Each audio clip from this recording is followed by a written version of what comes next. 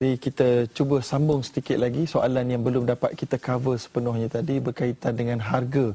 Ya, kalaupun katalah jual beli dah telah pun okey, akadnya telah pun halal. Tetapi kenapa begitu mahal dan tidak ikut market price dikatakan ya? Tidak ikut market price kerana ada sebahagian ahli agama yang mengatakan market price adalah cash price. Cash price. Jadi kalau bayar tunai harga 100,000, harga tangguh pun kena 100,000. Itu kita dah sebut tadi, bercanggah dengan pandangan empat mazhab. Tetapi sekarang ni persoalan kita, kenapa mahal sangat pula? Ya, kenapa mahal sangat? Jadi mahal sangat atau tidak mahal sangat ni tuan-tuan adalah hak Allah SWT. Sebagaimana pernah berlaku di zaman Nabi SAW, para sahabat berkata ghalas si'ar, para sahabat di kalangan consumer. Jadi ini selalu pertembungan di antara consumer, pengguna dengan producer. Producer ni tak ramai dan mereka tak banyak komen sebab mereka ini adalah orang yang sentiasa sibuk. Consumer ni yang dia merasakan diri terzalim dan tertekan, tertindas ya. Lalu mereka datang jumpa Nabi, ya Rasulullah, harga jadi mahal, peniaga-peniaga jual mahal. Macam tuan-tuan yang merasakan perbankan Islam ini mahal, mungkin beginilah keadaannya agaknya, mengadu kepada Rasulullah, mahalnya harga, boleh tak buat harga ceiling? Berkata para sahabat, fasa'ir lana ya Rasulullah, tolonglah buat harga ceiling sebagai ketua negara ya Rasulullah, tolonglah buat harga ceiling, peniaga tak boleh ambil untung lebih daripada sekian-sekian peratus. Lalu Nabi pun berkata, innallaha huwal mus'ir ataupun musa'ir, Allah sesungguhnya, Nabi tolak. Nabi kata sesungguhnya Allah Subhanahu Wa Taala lah yang menentukan harga. Bagaimana maksudnya tu? Begini, Nabi kata al-qabid, al-basit, al-raziq, kerana Allah lah yang memegang jiwa-jiwa manusia, hati-hati manusia. Demand and supply diterima dalam Islam sebagaimana disebut dalam kitab Ibn Taymiyah Al-Hisbah tajuknya, bagaimana demand and supply adalah penentu harga.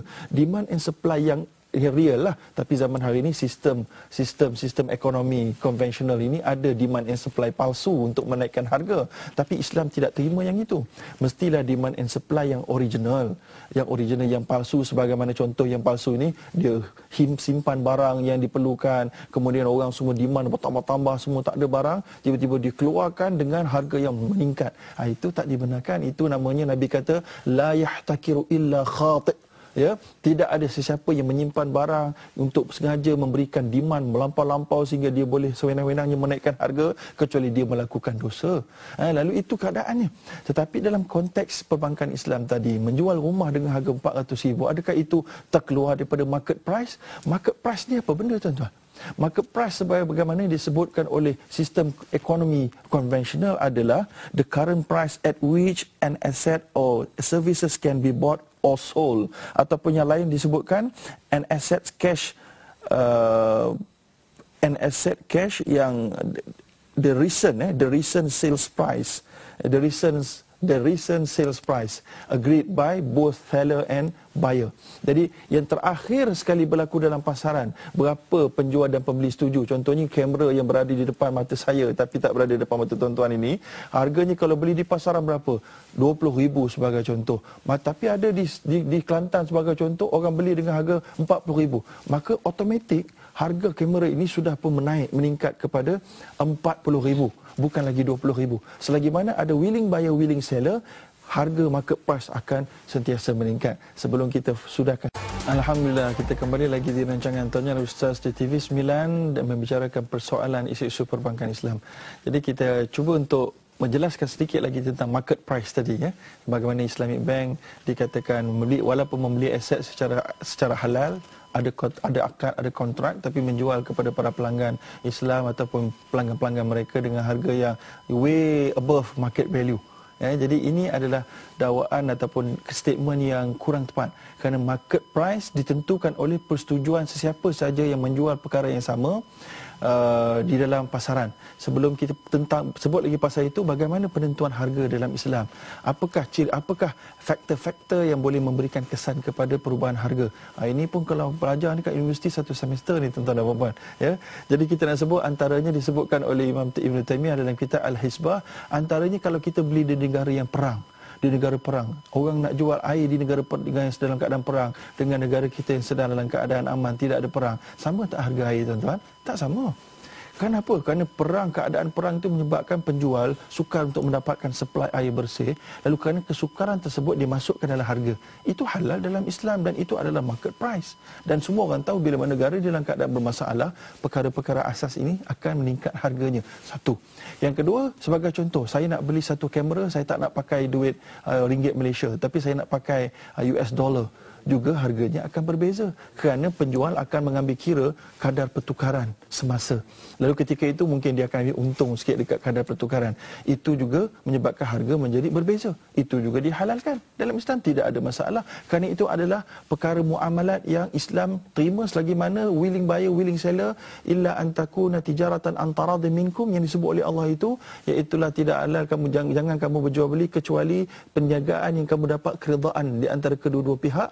Selagi itu ia adalah dibenarkan. Itu dia uruf yang diterima untuk mencapai maqasid syariah, mencapai objektif syariah, iaitulah tidak adanya gharar, tidak adanya argument di antara kedua pihak. Tapi hari ini kenapa ada juga orang argue, kata mahal sangat, tak puas hati, jadi gaduh, benci ke Islamic Bank dan seumpamanya. Itu kerana kebanyakannya, minta maaf saya cakap, tidak perasan dan tidak betul-betul tanya kepada lawyer masing-masing. Ingat kita beli rumah, kita ada lawyer, suruh lawyer tu buat kerja lebih sikit, terangkan apa klausa-klausa ini, berapa harganya, kalau rumah terbengkalai, apa akan jadi pada saya, apa yang saya nak setuju ini. Dan kalau kita tak setuju, kita adalah a free man, free woman untuk bersetuju tanda tangan atau tidak. Kalau tak tanda tangan, tak ada siapa yang akan marah kita. Tapi kita kata saya terpaksa, saya tanda tangan juga, maka kita sudah redha. Itu maksud kita sudah redha. Tidak ada siapa pun paksa kita, kalau kamu tak tanda tangan, saya akan ikat kamu, penjarakan kamu. Itu barulah dinamakan paksa. Ya? Jadi kita nak kembali balik tadi. Market price, harga akan naik dengan sebab kita bayar ikut currency lain. Ataupun harga akan naik apabila barang itu menjadi scarce, menjadi semakin sedikit. Contoh ada pada satu hari perayaan, tiba-tiba gula hilang kat Malaysia sebagai contoh. Tinggal sikit saja. Maka ketika itu demand banyak, supply sedikit. Bila demand banyak, penuntutan banyak, permintaan banyak, tawaran sedikit, maka harga menjadi meningkat. Sekali lagi macam musim-musim perayaan. Kalau saya daripada United Kingdom nak balik ke Malaysia pada musim perayaan Christmas ini, harga tiket kapal terbang menjadi double. Dulu beli 500 pound, sekarang ini nak balik 800 pound. Bolehkah saya tak bersetuju? Boleh. Tapi saya jangan balik lah. Duduk je lah dekat UK tu. Tapi saya nak balik juga. Saya terpaksa dah bayar dengan harga lebih. Zalim ke? Tak zalim sebab saya dah terpaksa redha. Bukan terpaksa, saya dah redha. Kenapa harganya naik? Kerana musim perayaan. Ya, itu cash price. Tapi bagaimana pula kalau saya nak bayar secara ansuran lah. Saya tak nak bayar 800 pound secara cash. Saya nak bayar ansuran. Katalah ada syarikat penambangan yang menyediakan demikian. Memang sekarang ni tak ada lah.